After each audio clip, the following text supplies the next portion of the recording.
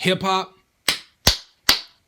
we need to have a conversation. Hip hop, we need to grow up. Who am I? I am Curtis King. I am an artist and producer from Southern California. At the beginning of 2016, I made a video that did over 70,000 views in less than 24 hours. I had never had a music video that ever did that. That video was called The Biggest Lie in Hip Hop. In that video, I explained an idea. I explained that I had an epiphany based upon a book that I read called The Go-Giver. That epiphany was that, one, giving is not just a nice thing to do. It's not reserved just for nice people. Giving is literally a prerequisite for success.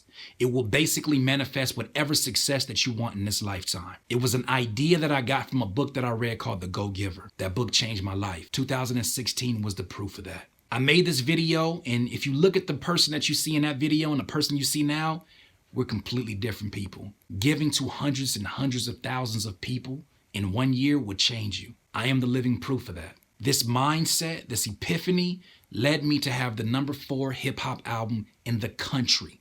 The people that I gave value to over the last year, they saw it fit to help my goal get accomplished because I taught them as much information that I knew over the course of a year. 300 plus videos. It worked. It is a worthy concept that can work for you too. Are you willing to do it? Today's video is called Hip Hop, We Must Grow Up. I don't know how many of my peers are willing to make this video or how many of them actually care, but I love hip hop.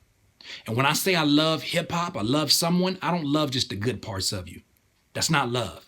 I gotta love the beautiful and the ugly of you. And what I notice is that along my journey of change, along my journey of doing public speaking, doing these videos, doing consultations, and just having my spirit be uplifted. Even though I went through some crazy stuff in 2016, you know something I noticed? Being happy weirds people out. Smiling, especially in hip hop, it weirds people out. They think something's wrong with you. They think you're on drugs. It's the irony. Happiness is frowned upon. And in the midst of this change, I started listening to a lot of self-help speeches. One thing in particular that I caught from a Mr. Les Brown, who's one of my favorite public speakers, my favorite motivational speakers. He said that people are going to look at you weird when you're happy. And I listened to that audio and I said, he's absolutely right. Then it got me thinking, because I'm an overthinker, it got me thinking about the way that we treated a lot of the younger artists in hip hop. For example, Designer. It's crazy that when people look at Designer, and I was no different, when people look at Designer and they look at him, rah, rah, yay, yay, yay, they look at that and they say, that man's on drugs.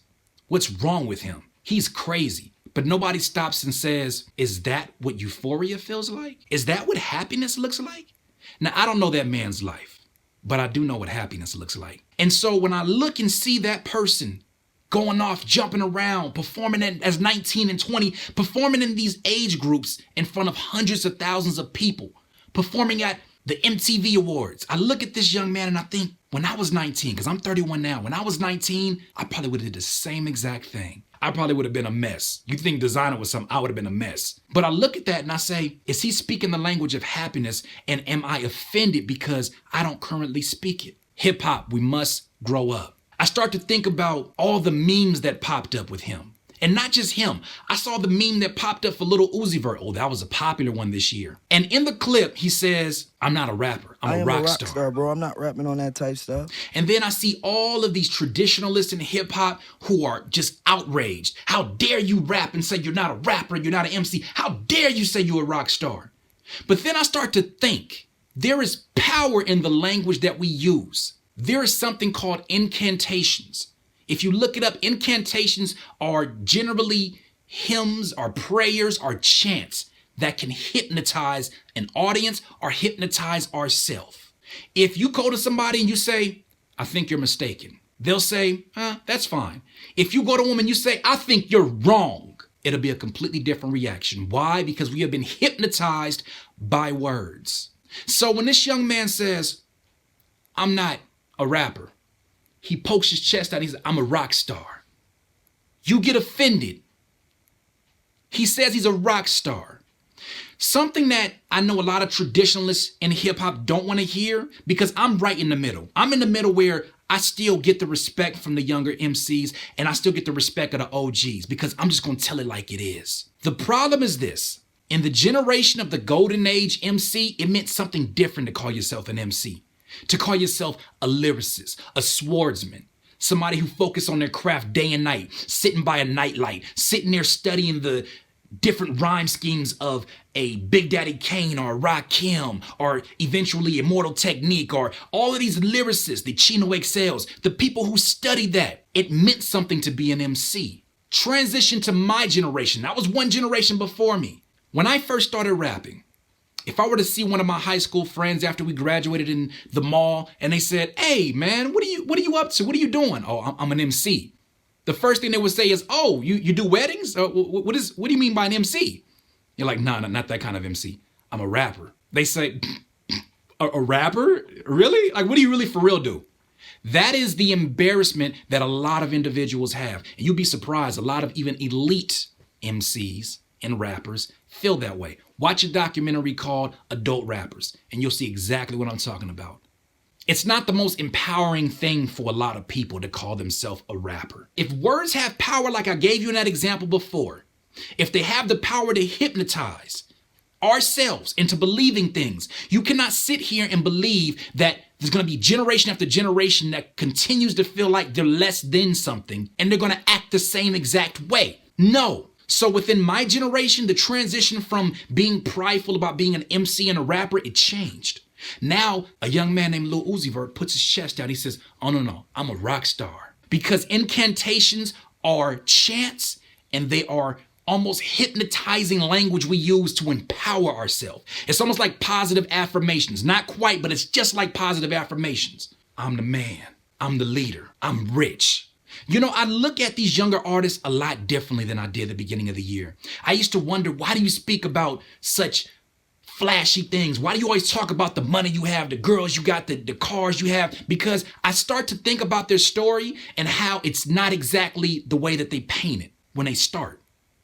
Oh, but when they rap about it, that life comes to them. Now, I'm not saying that that solves their issues, because you and I both know when you base your dreams off things that have no weight and no value, you'll eventually grow up, because these are 19 and 20-year-olds, mind you.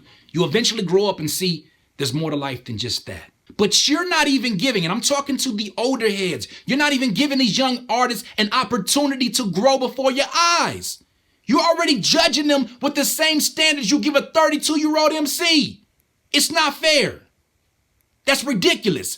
Hip hop, we gotta grow up. And when I say grow up, I'm first starting to talk about the language we use to describe one another. I'm secondly talking about the standards we judge each other by. Do we really judge each other by whether or not this person has more bars than the other person? Are we really judging by vocabulary and words? Are we not more value than just the words? Why are we holding them up to standards that they themselves won't even claim? Hip hop, we have to grow up. And it's not just in the department of lyricism. It's in the department of tolerance.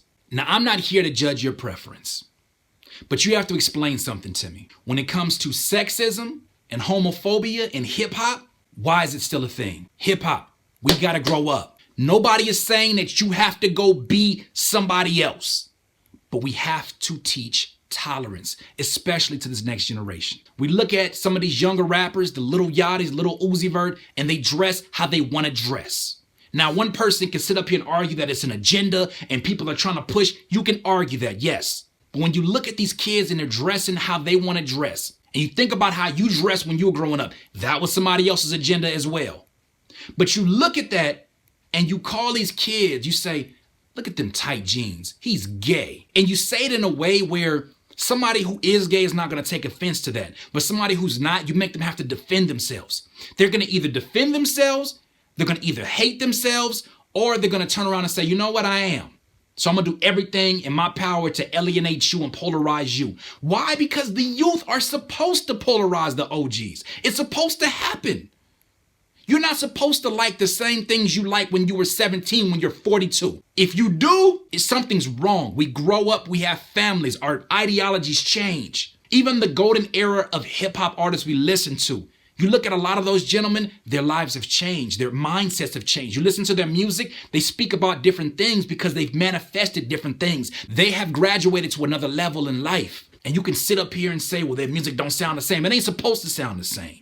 But then I think about the type of language we use in hip hop, and I think about what comes of that, because I truly believe that our children are the results and the plants of the good seeds and the bad seeds that we choose to grow. So whatever you don't like, at some point in time, you got to take credit for. I'm only one person, but change has to happen. Hip hop, we have to grow up. You can't look at our young ladies and say, y'all ain't nothing but bitches and hoes, and not expect that one day a woman's going to grow up and say, I'm not going to accept that treatment. Matter of fact, I'm going to be more of a man than you are. Think about Young M.A. And that's not a side to Young M.A. I love what Young M.A. represents. She represents strength. She represents somebody who wants to tell their story. Another story that has not been told in hip hop, not on a consistent basis. Let her tell her story. But don't be a hypocrite. If she can tell her story, let somebody else within the LBGT community tell their story. There's no way we're talking about tolerance there. And there's no way we're still talking about sexism with women. The women are our rocks. They are our backbones. They're the reason why we even here today.